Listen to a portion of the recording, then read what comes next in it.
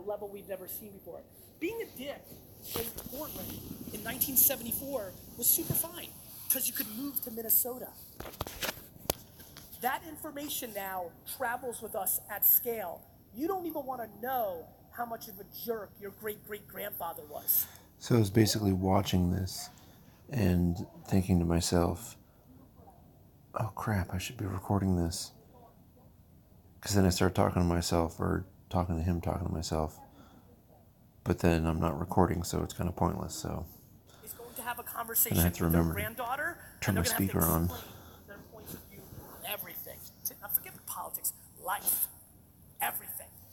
And so I'm fascinated by this dynamic. I think it's a super interesting time, and I really want to not inspire. You know, it's really funny. I think about like I don't really get a super high to inspire or make like a fun event. I get a super high on the emails I read on the way out to this flight this morning. The people that were in I an can see audience, that. the I can guy see who just told me myself doing backstage that. that when he saw me speak 2 years ago, quit his job and went on the offense. I'm in it for one thing, legacy. Like people. I'm in it for one person sitting here emailing me in 6 years and saying, you know. Yeah, like I can't wait to have someone remember me for helping them take that step in their life that led them to where they found their happiness. Like that's the legacy I want to leave. You know,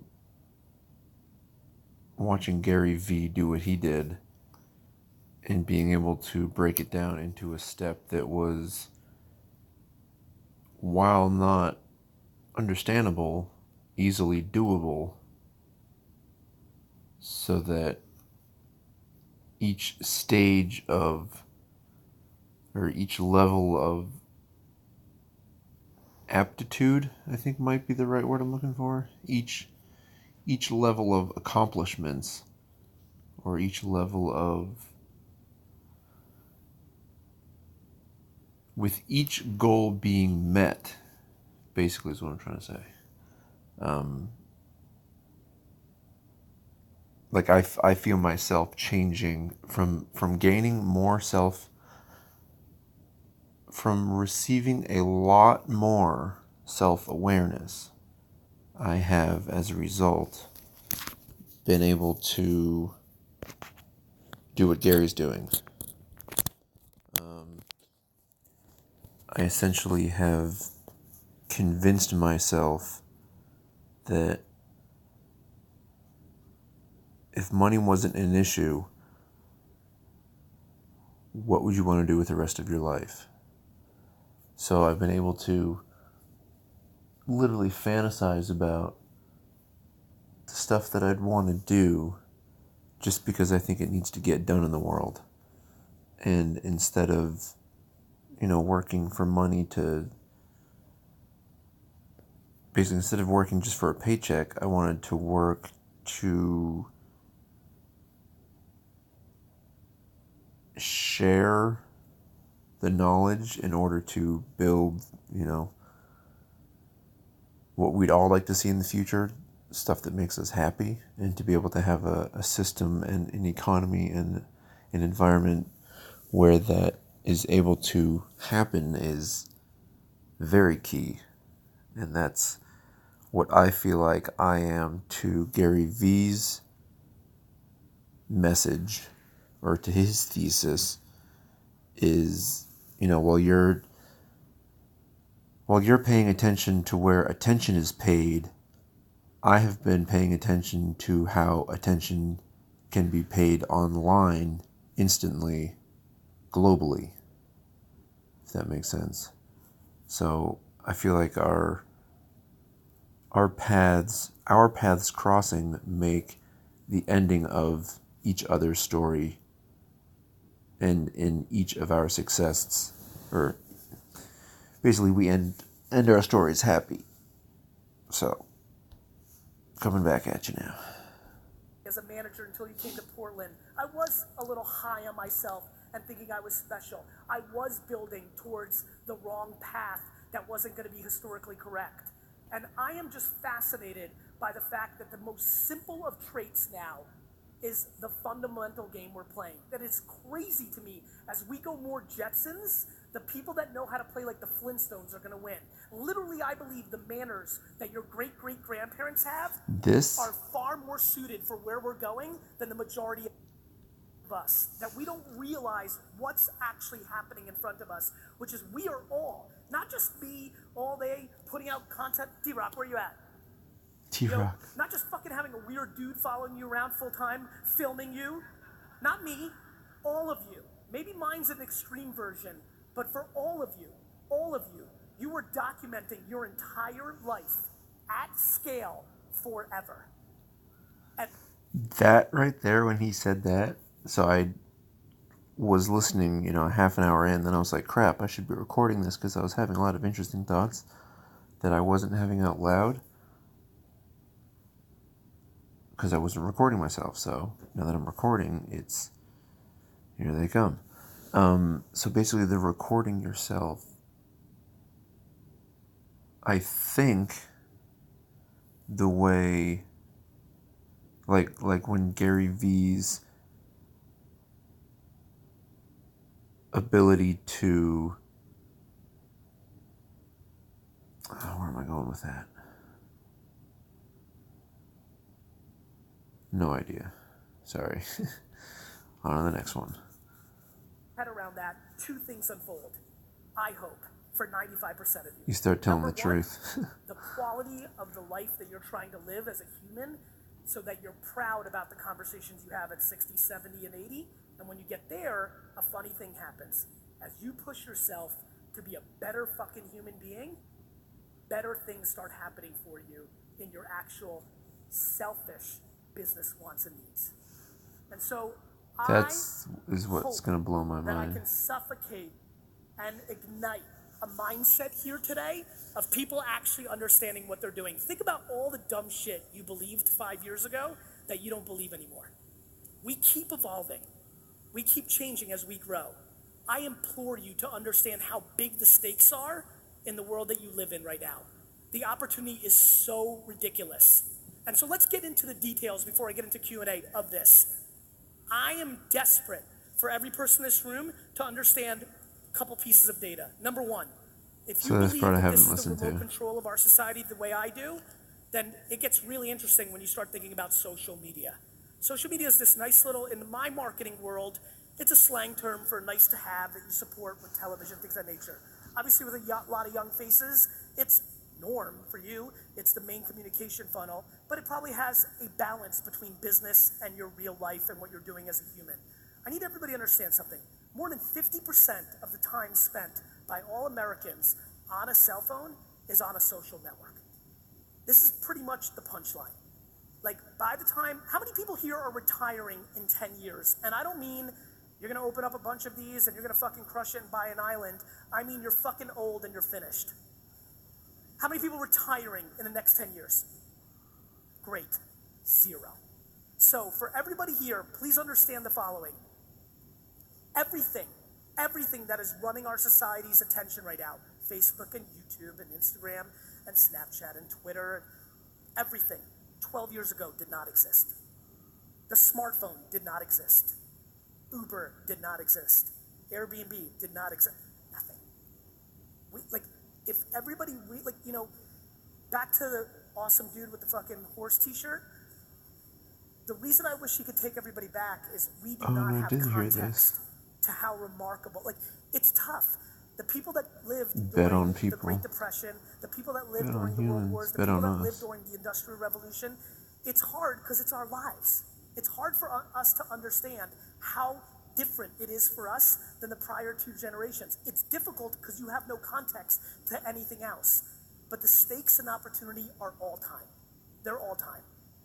Our great-grandkids, everybody else, will look back at this era as the moment. And so I implore you to take a step back and really fundamentally ask yourselves a couple questions. One, what legacy are you building? Because it will be the leverage for everything that you do for the next 60 years, and that is based on your actions. I cannot and two, wait. Very honestly, are you squeezing the shit out of this moment as much as you can? The thing that I'm super passionate about, as a lot of you know, is I think work ethic is the one thing that's super fucking controllable, right? Like, a lot of us I were born with agree. what we were born with, right? Like, you're only so pretty, you're only so So smart, you're I guess this is when I could mention my diagnosis of having Asperger's.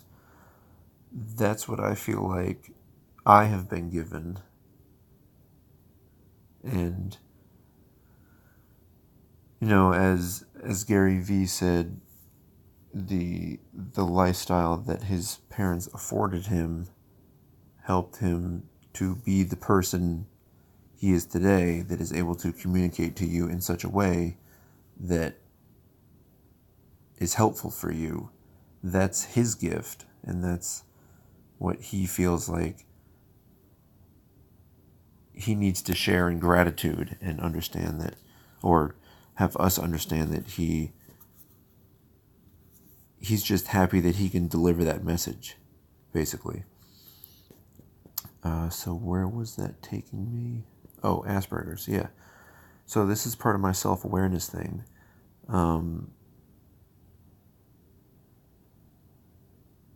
In understanding more of myself, I was able to be, no, in after learning how to communicate with myself, and then figuring out more about myself as that communication unfolded, I was then able to communicate with myself to the point where be honest and say, that doesn't make sense, or, basically the voice inside your head that means well, but you never want to do it because it's always the not popular, not fun thing to do. So it's that kind of thing. Where was I going with that? Anyways, my life now makes a lot more sense.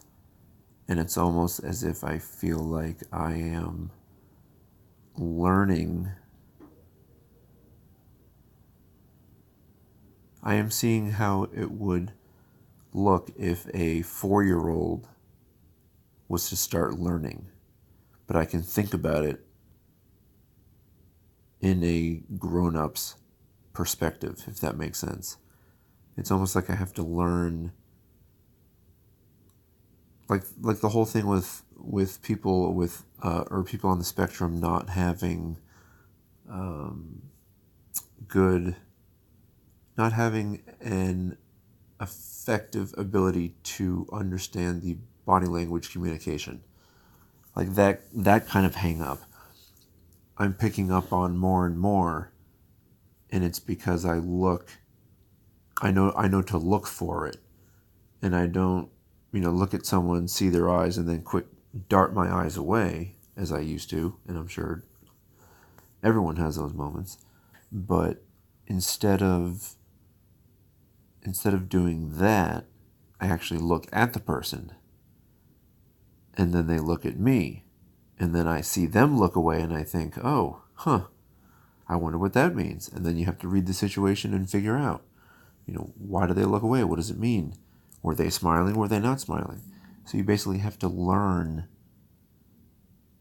what these facial expressions mean so that you can understand the purpose, or you can understand the answer to your question. If you were to ask, what were you thinking? And they were to answer you honestly, those are where I found my answers when I first started asking myself questions, saying, well, why can't this happen? And the answer that would come up was something that ended in my benefit. So, I went with it. I don't know. I think he covers it in a sort of way. Well, he may have not. I'm not sure, but let's get back to it. You're only what you are. The one thing that I'm fascinated by as you sit here, the way you were parented, where you were born, what you got, the one thing that actually is in your control is the decisions of what you do with your hand. It's like a great poker player, right? A great poker That is player doesn't cool. need the best hand every time to win. It's how she or he navigates with that hand. We're not going to change who we are or where we were born or to whom we were born with. But no matter where you are in the life cycle right now, we all have the opportunity to start looking at it a little different. And to me, very frankly, I just think we spend an enormous amount of time on dumb shit when we have ambition to do so much more. Now look, you do you. I'm not interested. Today, cleaning my apartment, I was like, you know what? I could get a cleaning lady to do this. Because I'd rather be doing this and, reading things and talking to people and this, that, and the other. It's like, I'd rather be doing that and not cleaning the bathroom. Then I was like, well, then if I had a cleaning lady, then I'd have to pay her. But then if I had to pay her, then I'd have to have the money, and then I kept on going into this thing, but I never really finished the sentence in my head, because what if that allocation of capital is a good reason, or it would be beneficial to me if I were to spend that money for that reason, because the result I would get having experienced that for, say, a month, once or twice a week, whatever we decide upon, having had that experience for a month, I think would literally change your perception, and just having to know that you need to keep your apart. Like, come on, face it, dudes, we can have messy apartments. The only reason why we keep it clean is because we think someone might show up. So the way you can convince yourself to do that is if you literally pay someone to come clean it for you. Because you automatically know that you're going to maintain a certain cleanliness, so that when the cleaning person does show up to clean, you're not embarrassed that, the current state of your living situation is. You don't want to be embarrassed, so you kind of do a little pre-clean. Because they're coming to do a job, and you don't want to, be a dick or do whatever, you kind of make their job easier.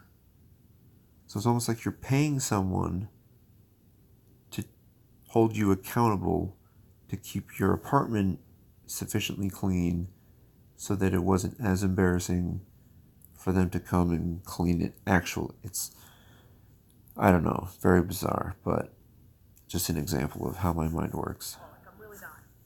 You can do whatever you want. The happiest friend I know from growing up, I think he makes $50,000 a year. He's on 17 fucking softball teams.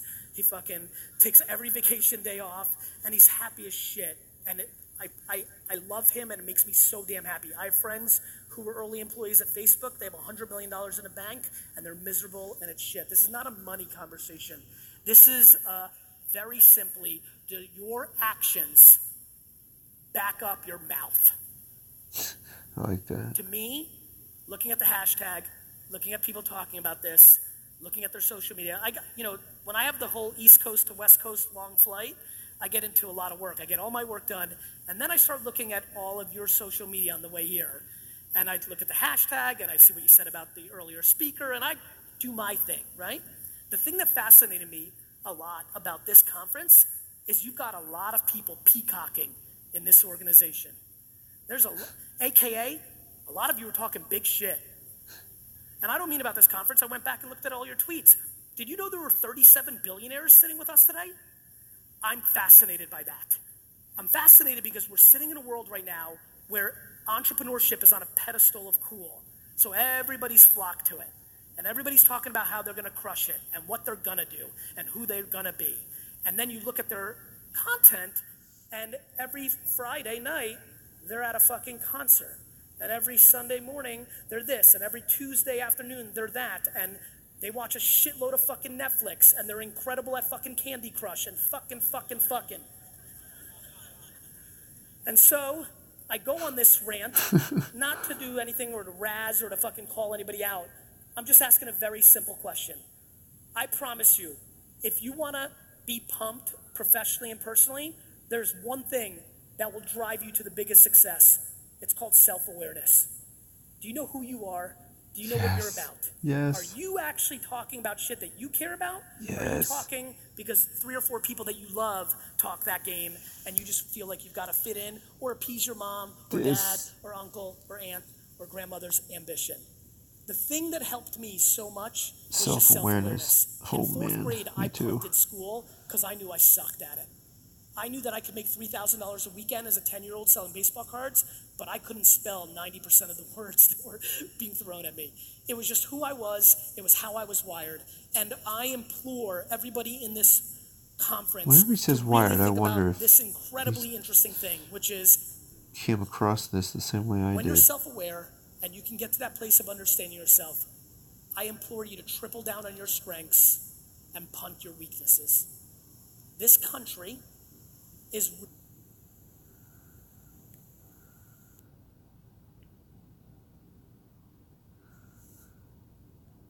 sleep story.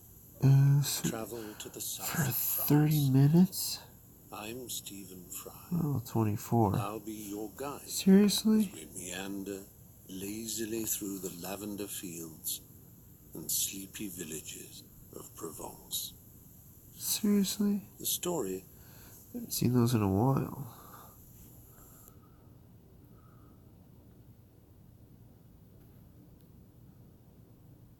approach what we're not good at. We're always being sold what to fix. I truly believe that most of the people in this room will succeed by not addressing those things. Now, something could be fatal, right? Like something could really hurt you. But I think you need to just lift those, get them to a certain place so they're not a vulnerability, and triple down on your charisma, and triple down on your salesmanship, and triple down on your work ethic. Whatever those 3 to 4, 1, 2, 3, 4, 5 pillars are, it's fascinating when you study who's winning and who's not. It's the people that have the confidence to suck at shit that are winning. I can't read, right? Like, I'm terrible at it. Like, reading a 2nd grade book to my daughter's like, you sure you want to read me? You should go look a bird. Like. Wow. Yet, standing in front of 800,000 people, I'm like, cool, I'm good. Like, we need to start thinking more and more. And as you're going through your careers right now, I implore you to be confident in what you're good at and to punt what you suck at. Because I promise you, everybody else sucks at shit too. Everybody's got strengths and weaknesses. And I'm fascinated by people's obsession to pour all their efforts into fixing their weaknesses, which is playing defense, and not tripling down on strengths. So if I leave you with anything structurally from a strategy standpoint and mindset standpoint, I highly implore you on that. And that's it. Like those are the things that are really kind of happening to me. I'm fascinated that we're in this era. I want people to take bigger advantages of it, right? I need people to understand how ridiculously unbelievable it is and to figure out, do they really want stuff? Do they love how many people love working because they just love the game of trying to win at a career or building a business? Raise your hands. Those people are going to have a disproportionate advantage because it doesn't feel like work. It's just their zone. For the rest of you, you need to figure out what you like about it and spend all your time on that, because if you're in a place where you don't like it, you're not going to put in the amount of work that's needed to actually achieve the things that most of you want. It's very, very simple. Put yourself in a position to succeed. Put yourself in a position to succeed. And I will finally, how many people here feel like they are not self-aware? Because I want to address this if I can. Just raise your hands if he says put yourself in a position to succeed. I would accomplish that by telling myself a story that always ended in my success. So I'd be constantly thinking about these paths and ways in which the outcome of something would be to my benefit greatly. And I would just think about these things over and over again. Then they'd be the stories I'd tell myself. Those are the things that I feel are now effective on me because I'm self-aware. So because I can tell myself the truth and be okay with it, that's exercising self-awareness. And that's kind of how, that's when you know you've started your journey on, documenting your life. You start when you get those two, because it confirms one and basically explains the other. Kind of thing, sort of, maybe. All right, back to Gary. A little bit with self-awareness. Raise your hands. Nobody wants it. I'll just go to it because I respect why that's a tough one, why we got half the hands that we should have, and more importantly, the ones I got were fucking, crocodile hands. If you're listening for the last 7 minutes, and I'm going towards I'm going to an awkward territory. I'm going there because it has been clearly in the last 4 years the thing that I've seen that has won and lost. I would highly implore you take the 5 people that spend the most time with you, coworkers or family members, if you feel like you're struggling with this issue, and invite them to dinner, create a weird event where it's like your mom and a coworker, and everyone's like, what the fuck is happening? Create a weird event, and tell everybody, like, you really want to figure out what you're good at, what you're not good at, and spend 3 hours getting the people that love you or know you the best comfortable with telling you the truth. Because nobody wants to tell you. Because most people are kind, right? We don't tell people because we like each other, like, especially the people that are closest to you. But this is something I threw out about a year ago in a blog post, maybe 2 years ago, and it's been the thing that I've been most emailed about.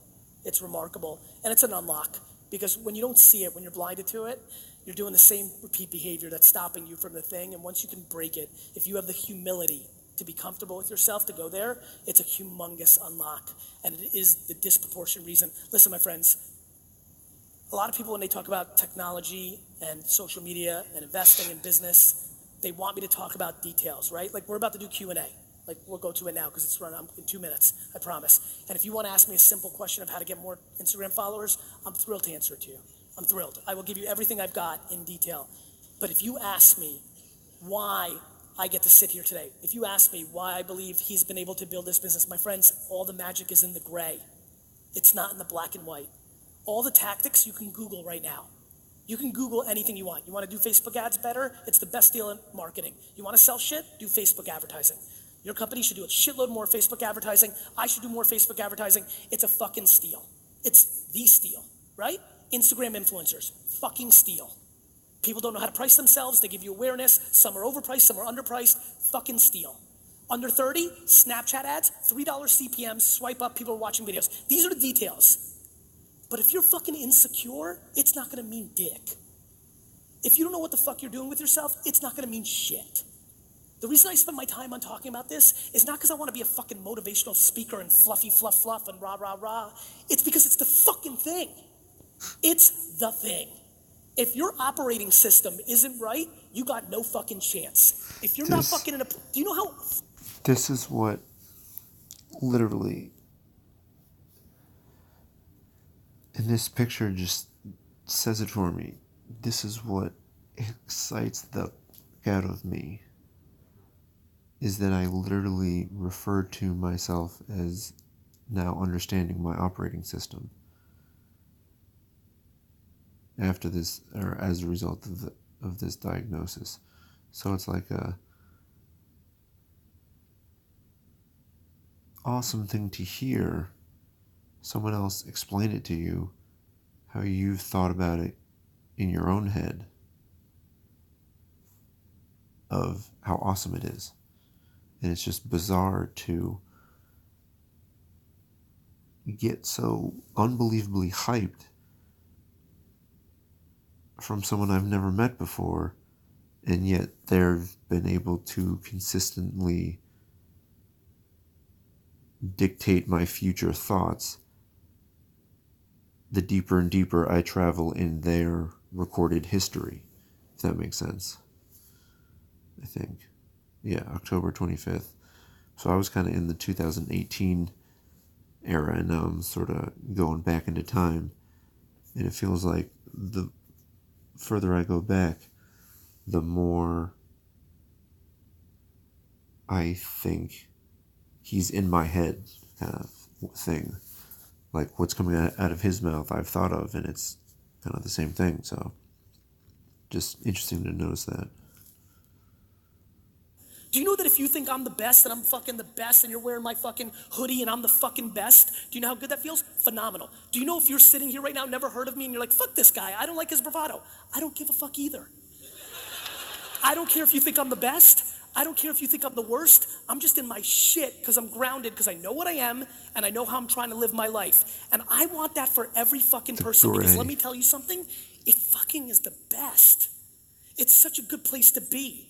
Do you know what it's like to be in your own head and nothing else matters? Do you know what it feels like to give a shit so much about what everybody thinks, yet not care at all? Do you know that when I leave here, I'm gonna look at every single tweet about this talk, and if somebody said, I'm gonna be devastated like I fucking died, yet equally don't give a fuck?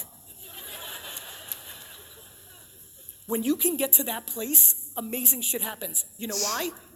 Because you stop being scared. I am there You're not right scared, now. you do shit. It When you're is so scared, weird. you do nothing. And when you're not scared, you do shit. And even better, when you're coming from a good place and your intent's good, Oh because my you're gosh. good and you have good to give, shit really starts happening. And so I implore you, let's go. Get the mics ready, I'm ready. Let's go into the Q&A. But I implore you, I'll go into every detail, but I implore you to get inside your head real quick. Figure out who you really are, and figure out if what you're talking is being mapped by what you're doing. Because the second you put those things together, shit fucking unlocks. Thank Dude. you. That is so crazy. Let's do it. That is literally All right, how are we doing this? Just line up in the my rows? thought Line up process behind you and line up here? Great. What's your for name? the past month. Hello. Okay. Wow, that's loud. My name's Angela. I am from Dutch Rose, Hillsborough, Cornelius, right up there. Huge fan of yours. Totally fangirling right now. This is awkward. Thank you. Thank you. Okay, so I watch tons and tons of your content, your videos, your daily beast. I listen to your podcasts. A question that I was thinking about for a while is, how do you, as a leader, motivate your team to be just as hungry and passionate as you are, and make them want to bust ass just as hard? I don't. I think it's crazy for CEOs and owners of things to expect their staff to bust their ass and be as hungry as them. Because when you own something, it's different. And so what I do is I try to motivate by meeting each and every one of them. The reason you've seen it, that I meet with all of them and do those meetings, is I don't need that. I want to buy the New York Jets. I need like $7 billion fucking dollars. I work 18 hours a day. I wake up at 4:30 to be here today. I'm going back on the red eye. This was originally, I was supposed to sleep here. Nope. I need to get 3 meetings in tomorrow. I'm taking a fucking bullshit red eye tonight. Like, I don't expect that from others, because most people aren't insane to like have this romantic point of view of like not being able to buy a Jets jersey for $20 when he first came to America, to owning the team. I've got a fuck you on me. Got it? I don't expect that for anybody else. What I want to know is what makes every one of them tick. Do you know how many people just want to make $200,000 a year and have great work-life balance? That's fucking unbelievable. That's fucking hitting the like, if you were the kind of person that is obsessed with making $200,000 a year and be able to go to all the sporting events of your wonderful children, that's incredible balance. And if that's what you want, I want to empower you to do that. I think the biggest mistake that leaders make is they expect others to care about their shit as much as they do. That's fucking ludicrous.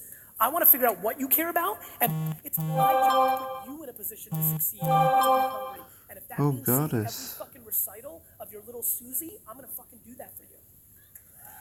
We're gonna have to go see what she said.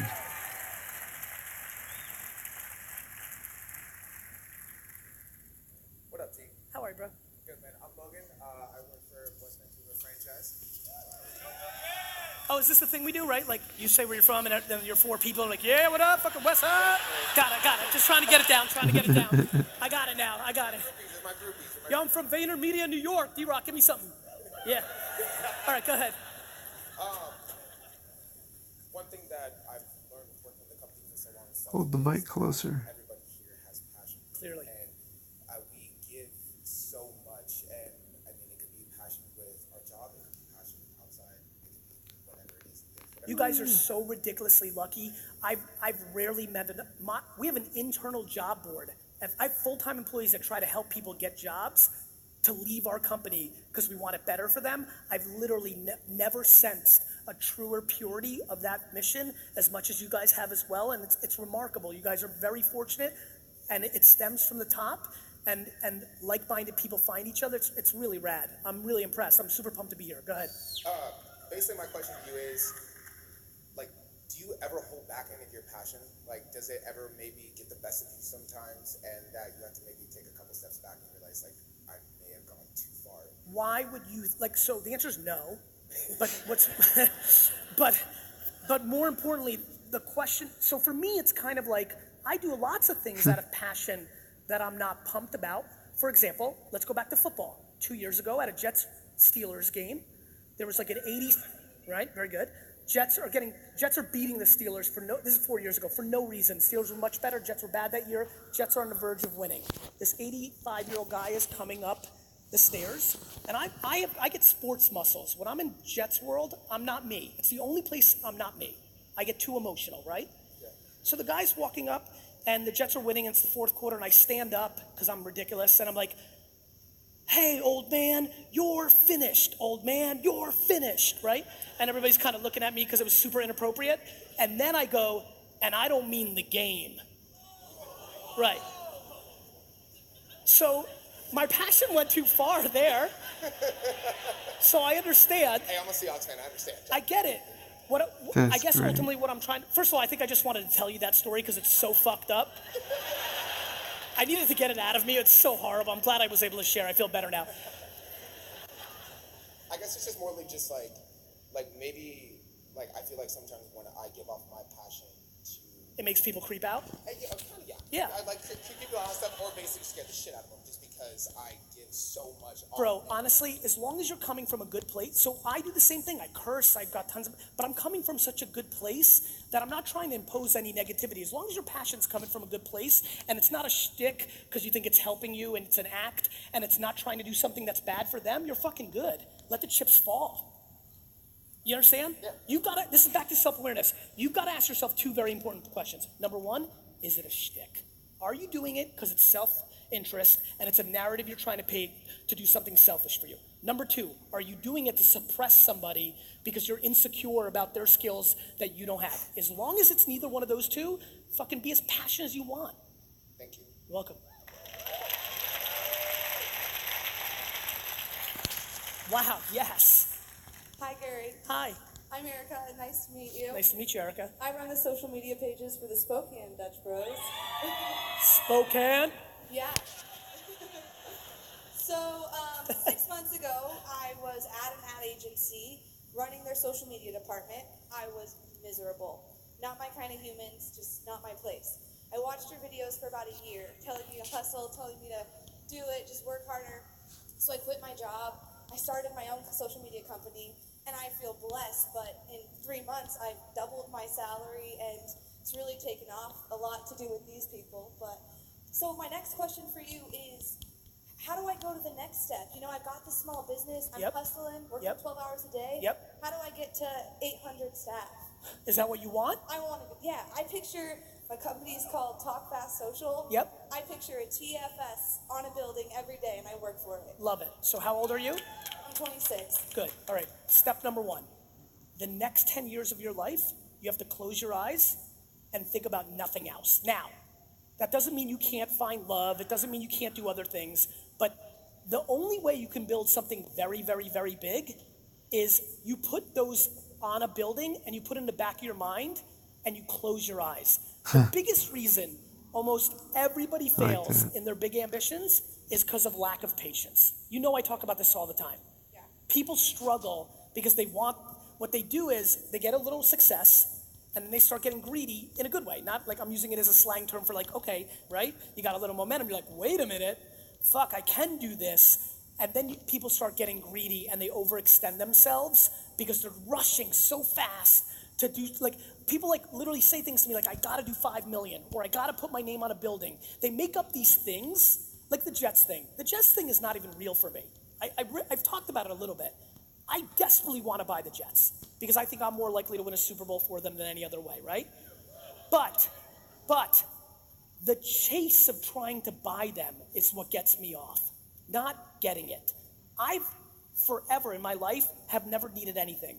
not a certain dollar amount, not some vision of the building. And I'm not saying that's what you know what I mean? I'm just telling you, it's one step in front of the other.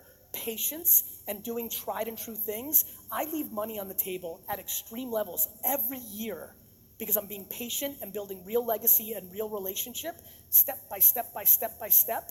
You just gotta close your fucking eyes for the next decade. You're welcome. Hey, Hey, I'm Gumpy. how are you? I'm great. How are you? Great. Good. I'm from Chico. There's like 6 of us. Chico. Yeah. So, That dude like yawned. He's like, yeah. All right, go ahead. so you have a chief heart officer Yes. at VaynerMedia, right? Yes, So when you bring her on, yes. what's that discussion like when you talk about her objectives? Do you have like KPIs, things that are Yep. measurable? Are there incentives? Like how much detail can you go into? Obviously, Tons. you're not telling me how much she makes, stuff like that. But whatever. How much can you tell me about how to make it something that's as objective as possible for someone like that to be successful with put in front of them? So first of all, it's a great question, and asking about the black and white around it is super interesting to me because it is the most gray role in our organization, right?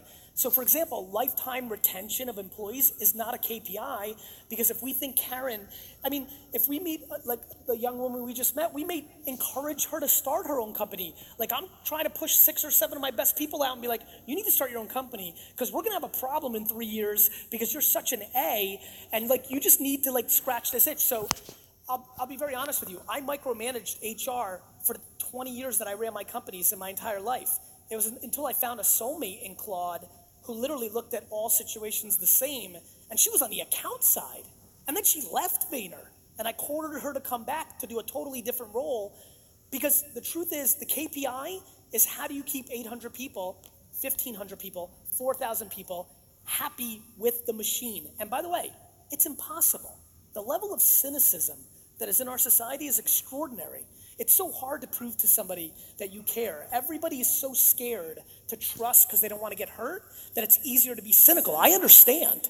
But all that Claude and I do, I mean, the whole flight here, we text about individual people. I know exactly what's going on right now with Chris Giswaldi, right? And exactly what's going to happen with Joe Catrone and why we moved Natalie Carey to a different pod, right? I'm so fucking in it, but we have lightweight KPIs, but Claude and I are outside the lines, drawers. We surround ourselves with people making sure all the things that are black and white, that people are getting, like simple things, like people getting raises appropriately at the time they're promised, not even just silly shit that, we've got the special part down. We surround ourselves to make sure we don't drop the ball on the commodity. The key is, how the fuck do we get everybody to feel good every day, right? That they know that we've got their back, whether they work with us for one more day. Like every time somebody quits in a weird way, I always grab them, always. And I'm like, dude, what the fuck, man? I put out content every day. I've told you, I've emailed you, why wouldn't you use me? If you were so unhappy, I could have gotten you a job for 50, if you felt like the other day, I felt I was underpaid. I'm like, dude, you got $11,000 pay bump. I would have been thrilled to give it to you, but way more importantly, there's 11 people that need people like you that I'm friends with right now, and you got a 40, let me help you. Basically what I'm trying to do is build real trust through scaling the unscalable. One-on-one conversations. The problem is that we're learning is, at first it worked unbelievably, but now she becomes too much of the machine. So it's me and her, right? Now we're like the parents or the siblings, so you gotta bring in other things. I used to have an open door policy, not working. 2018, mandated 15 minutes with every fucking employee I have twice a year. Mandated. It's gonna take me enormous amounts of time, I don't care. It's all I've got. Religion, I don't care what the church or the synagogue or the temple or the mosque is decorated like. I care about the religion. And too many people care about, she makes hundreds and hundreds and hundreds of thousands of dollars. Nobody's bonused at VaynerMedia because I want everybody to be obsessed with the logo. And so when people talk to me about their incentive packages or things of that nature, I just match it and put it into their salary. And the way some people go, well, then they're de-incentivized. No, they're not. If you don't fucking achieve, we fire your fucking face. Cool. Hey, what's up, Gary? How are you? Good, how are you? Amazing. My name is Nick. I'm with these lovely people from Redding, California right here. I saw that move. All right. So I took over managing in my stand earlier this year. Okay. And one of the more interesting things, like challenges I've come across, is identifying qualities in people that I think would translate well into them moving into leadership and management. So I was curious for you, if you have someone in your companies who you're looking at to put in leadership or management, what are some of the most important qualities that you look for? Empathy. Empathy is fucking disproportionately important for leaders. If you are not capable of thinking about the other person first, you are finished. Empathy. Work ethic. I think work ethic matters. You know, it's tough, right? Because if you're not working as hard as your team or harder, that starts becoming a vulnerability. Gratitude is one that I look for quite a bit. Are they actually grateful, or are they entitled and think, of course I'm gonna be a manager? Like, I look for but empathy is like fucking 80% of it, and then the other 20% is work ethic, gratitude, things like that. Yeah, you got it. What's up, Gary? Hey, bro. I'm Mitch, and I guess I'm here with everybody because I think we're all here for the same reason. Respect. Yeah. Also, this adrenaline rush is like the best adrenaline rush I've gotten since like high school, so Thanks, appreciate man. it. Thank you. But But real quick, yeah, paint me the picture of what was happening in high school when you felt this. dude, honestly,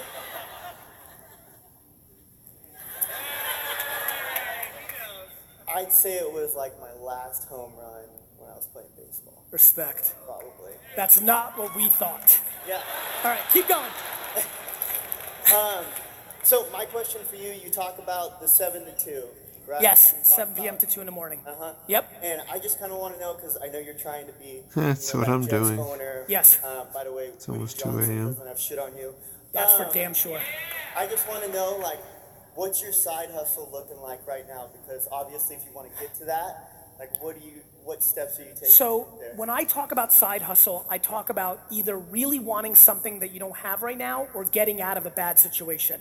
I'm so in my zone, my side hustle is my hustle, right? I'm working 7 a.m. to 10, 11. I don't think I've been home before 10:30 in the last 3 years on a weekday.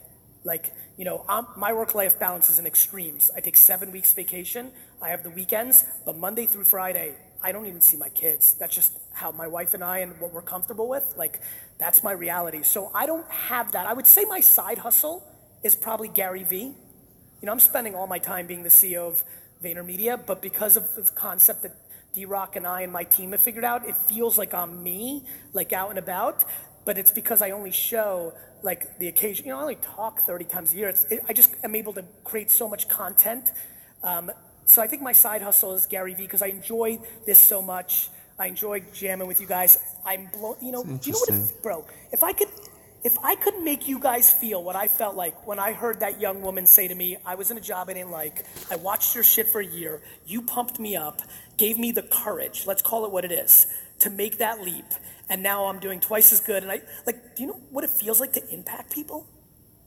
It's gnarly. So, that's my side hustle. Thanks, brother. All right, yes. What's up, Gary? How you doing? Doing good. Name's Kyle. Kyle? East Vancouver. East Vancouver. Guys, good job, guys. Yeah, okay, yeah. Don't affiliate with any gangs, but... Respect. Thanks. Huge mistake. Keep going. Appreciate that. So, for one, I know there are kids here, but holy fucking shit, nice job. Thank you. That was pretty impressive. Thanks, bro. I can listen to you for hours. I think you should write audiobooks so I can, fall asleep to your voice, because it's pretty fucking... Done, bro. Done. Yeah, agree? So actually, staying here, still scared shitless, and that's kind of the transition. So with these moments in time, Yes. these monumental steps that you want to take towards success. Yes. I know how you're talking about being unbeatable in your own head. And, Yes. reaching that status. Yes. Of your own self-awareness. Yes. Absolutely. Just kind of with the basics, what would be your tactics for... Basic to get to that place? Yeah. Step number one, more than anything, I alluded to it when I talked, but this is why I love Q&A. Self-awareness? You have to figure out whose opinion is dictating your actions beside yourself. You have to figure out Who has say? Let's keep it on him right now because this is gonna matter for a lot of people. Let's actually play through this. Who in your life has say when you This do is shit? the best part. Who factors in? Who runs through your mind? Who are you curious about on how they would react or think? Who are those people? Honestly, that would probably be like, actually Pierce right here. Pierce, if you saw the viral viral picture, he was the one that was praying. He's a very good friend of mine. So Pierce's opinion matters. Absolutely. Good. And who else? My girlfriend and my parents and my sister. Great. You need to get into a place where you respect Pierce's girlfriend parents. You love Pierce's girlfriend parents. You'll do anything for Pierce's girlfriend parents. But you get into a place where you don't give a fuck about Pierce's girlfriend and parents. And listen, like, I don't know, you know, it's pulling so hard from opposite directions. Like, you know, I want to stay on this because this will really be a big unlock. If I can get one person to like shift a hair, it's huge. It's crazy to me how much I care about everybody's opinion. Like, these two people in the fourth row have hoodies with my quotes on. I care so much about what they think about me, you would not believe it, while equally really giving no shit about what they think. And it's like this crazy balance. I never let somebody else's opinion matter more than mine of myself. I can so see myself doing that. It's, you know, like, there's just nothing you can say from people that know me the best, my mom, to my acquaintances and friends. There's nothing you're gonna be able to say about me that makes me not realize, of course you think that, you don't really know me. And that goes all the way to my mom, right? Like, That's you know what crazy. you've seen, I know why you think that. If this is the only piece of content you've ever consumed for me, this is where I'm That's most crazy. I'm a different version than I get it. I get it, I'm empathetic to why. But the way to get there, man, is very simply, you first. Like, it's so weird to say do everything you think you should do, but That's how it happens. and I think maybe That's for me what it feels it's like easy for me. because somewhere along the line I figured out that I could get everything that I wanted for myself, by myself, so I don't need anybody, which is a really important thing, to be in that place where you know you don't need anybody emotionally or financially. It's just a very lonely and very not lonely place. And so it's hard, you know, like, honestly, I wish I could give it. Like, fuck, man. I think I'm trying so hard to put out so much content. I know because how it's he the feels. closest way I'll ever get to giving it. I wish I could give it because it's fucking so peaceful. You know? Much appreciated, man. You got it. I can keep going, right? I'm in great shape, right? Like, right? Cool. Fuck it. I like how honest he is. I really want to go long. You guys want to keep doing this? Yeah. Let's go. Thanks for being here. Set a bunch of fires in this room. We need it. We're always on fire, but this helps. Like double fire? What are we, double firing? Yeah. All Okay, of good. it. Just Big fire. Let's go. On the subject of self-awareness. Yes. I saw you at the hologram. Super dope. Set a Thank big you. fire. Thank you. On the subject of self-awareness. Yes. I wanted your opinion on someone else's content. They said that a strength isn't something you're good at, and a weakness isn't something you're bad at. A strength is something that strengthens you. Yeah. Activity that strengthens you, and a weakness is an activity that weakens you. Yeah. Just been stuck on that, and I wanted your opinion. One more time? A strength isn't something you're good at. Right. You can be really good at something, and it can bore the shit out of you. You're I gonna have understand. no passion Yep. whatsoever. Understood. But you're good at it. Yep. Not a strength. A strength is something that strengthens you. A weakness is something that weakens you. Yeah.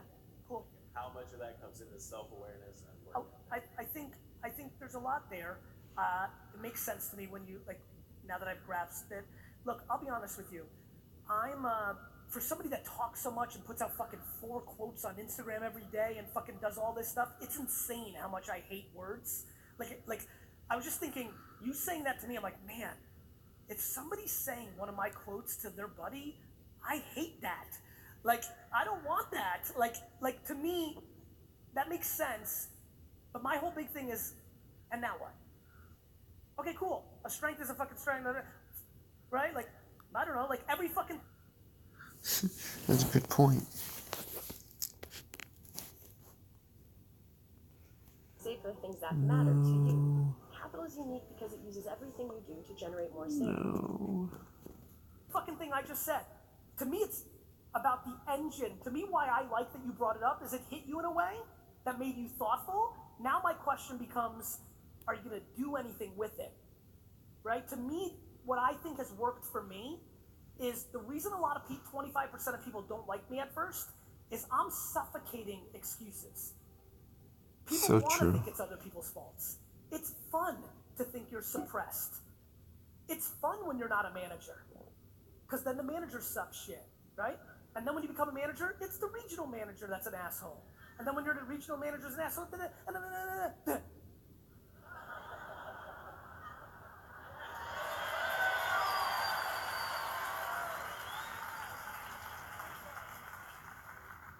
but who does he get to blame? And the answer is nobody, at least for this organization, or like many CEOs that I've met, my mom did this, or here's the thing. To me, I just hope it inspires you to do That's if it great. broke an insight to you to make you do something differently that then tastes better, that's all I want. The reason I try to suffocate excuses is because it's the thing that holds everybody down, right? It's the thing that you can rely on when you don't want to work 15 hours a day. It's the thing that you can rely on when it's hard, or it's painful, or you can't figure it out, or and so, yeah, it sounds awesome. And what is most interesting to me is it meant something to you. Now, I'd rather you not care about my opinion on it. That person, I want you to right? Internalize it and go do something with it. You could do something with it. It's kind of where I guess I could see myself coming into adding value to someone.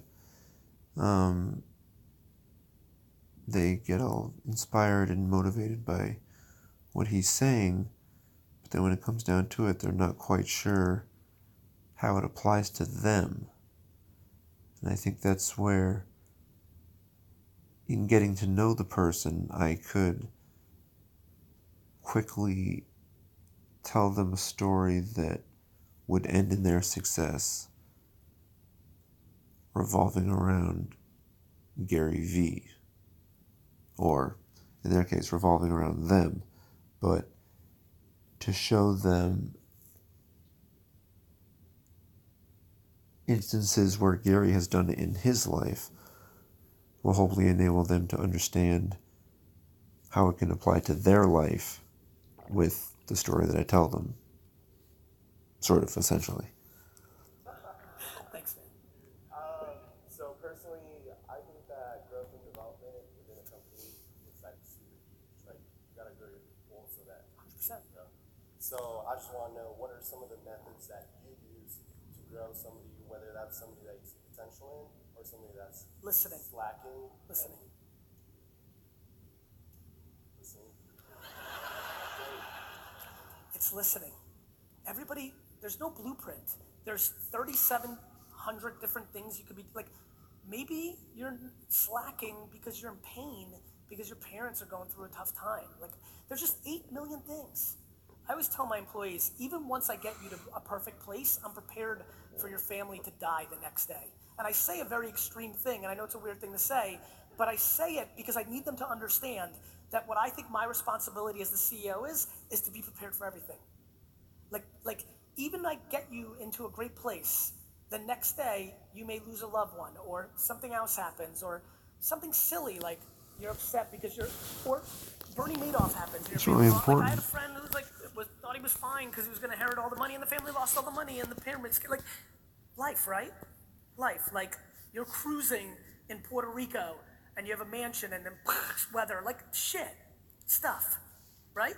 So like to me, it's always listening every day, forever. So it's not an X-ray of today. It's not, hey Susan, oh Susan, you're a little overconfident because you were a good student, but that doesn't actually translate to life. So let me deploy a little humility so you understand what the real world looks about. Oh, now you're in a better place. You understand? But then a leader is always on. It's oxygen. It's forever. So that's how I think about it. I got one more. Go ahead. Can I take a selfie with you? Sure. Dude. Who's next? Go ahead, I can double task. Dude, what's up with your fucking screen? We got run over by a go-kart. By a go-kart? Yeah. You gonna get the new one? Yeah.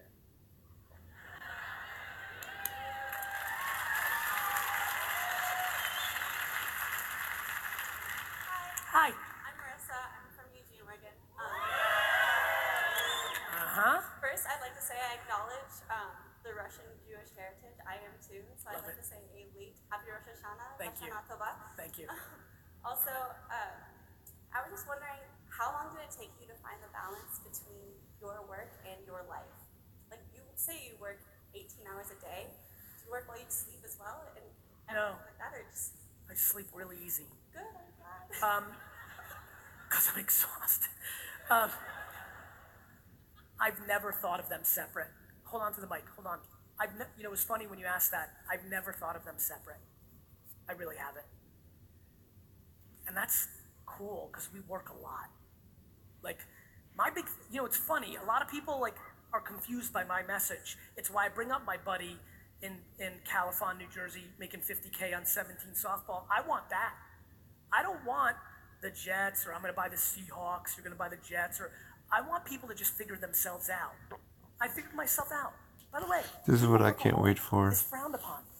Like, by the way, somebody Figure wrote an myself op-ed out. piece in the New York Times that It's gonna be shit on sweet. me. You know, like, because I work too much. Like, there's always two sides to these equations. There's a lot of people who judge my parenting style. They think just because they come home at 6 o'clock and don't really pay attention to their kids, but they're physically in the building, that they're better dads than I am. I respect their point of view.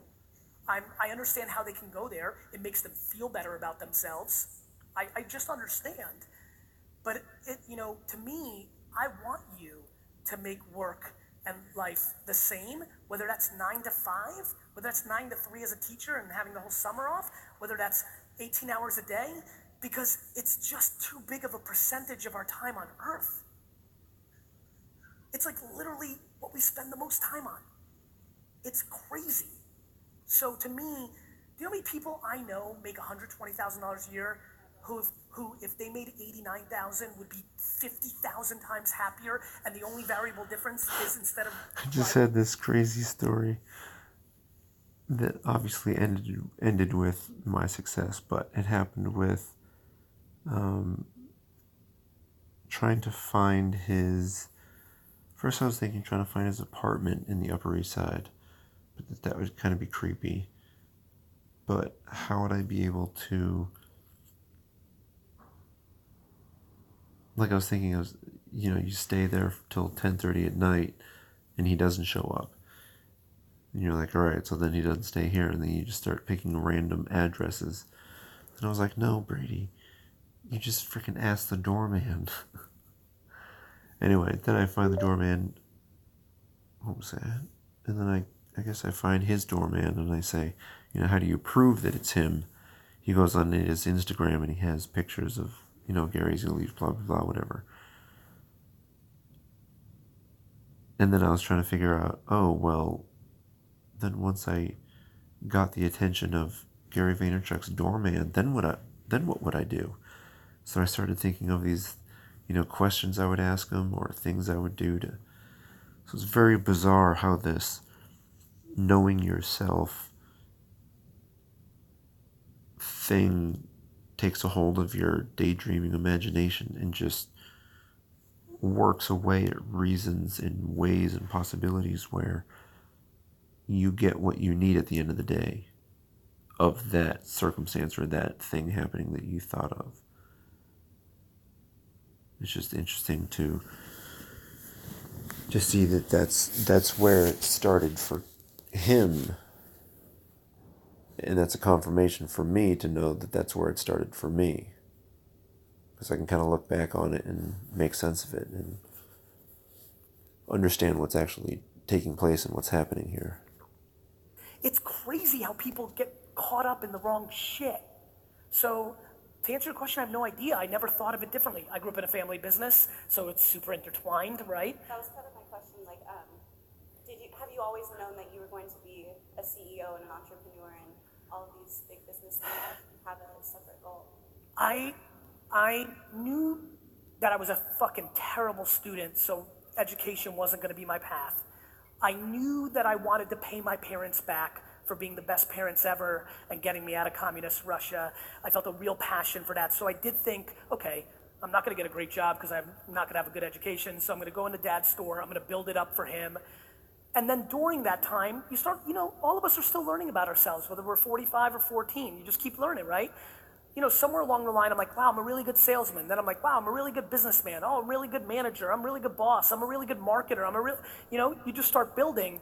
And then when YouTube came out and I predicted that would be big, after email, after Google AdWords, then I'm like, I got a knack for what people are gonna do before, and then I invested in Facebook and Twitter and Tumblr, and like, you just build, and even now, I never thought that I would inspire people. I thought I was a businessman. Who thought that entrepreneurship would be like a athlete or a rapper? It's crazy. Like 14, like I went to the Jets game yesterday, like 13-year-old dudes are like, I'm like, what the fuck? I'm like Bieber up in this bitch. Like. That's great. You don't know, right? But I do know one thing. Doing something for a living 8 hours a day, when you sleep 8 hours, it's a third of your life. So maybe half of your life. I'm just desperate for people to do shit they like. And if they like something that pays them less, you don't need fancy shit. You'll be much happier at the end. Yeah. You're welcome. Yo. What's up, Gary? I'm Mike. I'm out here from Arizona. This is the best. Nailed it. Zona. I'm like seriously thinking about starting a New Jersey location just so they can be represented here next year. Well, Jersey. I grew up in Ridgewood, so you got someone there. Let's go, man. So my question for you is, as managers, we spend a lot of time hiring people who are like that millennial generation. Sure. I'm in it. A lot of us are in it. Yes. You talk a lot about self-awareness. Yeah. How do you recognize that in a 10 to 15 minute interview? How do I know that the person I'm going to hire is You don't. someone? Dang it, Gary. I've got really good hiring advice. Fire Learn to them. fire fast. If you guys, especially for what you guys do for a living, I did it. I used to pay people $9.50 an hour, $12.50 an hour, stock guys at liquor store. I did it. I did what you did for a long time in my life. Everybody has their ego tied up in hiring. You guys have your ego tied up in your hiring. You think you're so good at hiring. And then you hire somebody and they're shit, but you make pretend they're not because firing them admits that you were wrong. So it's your own ego that's holding you back.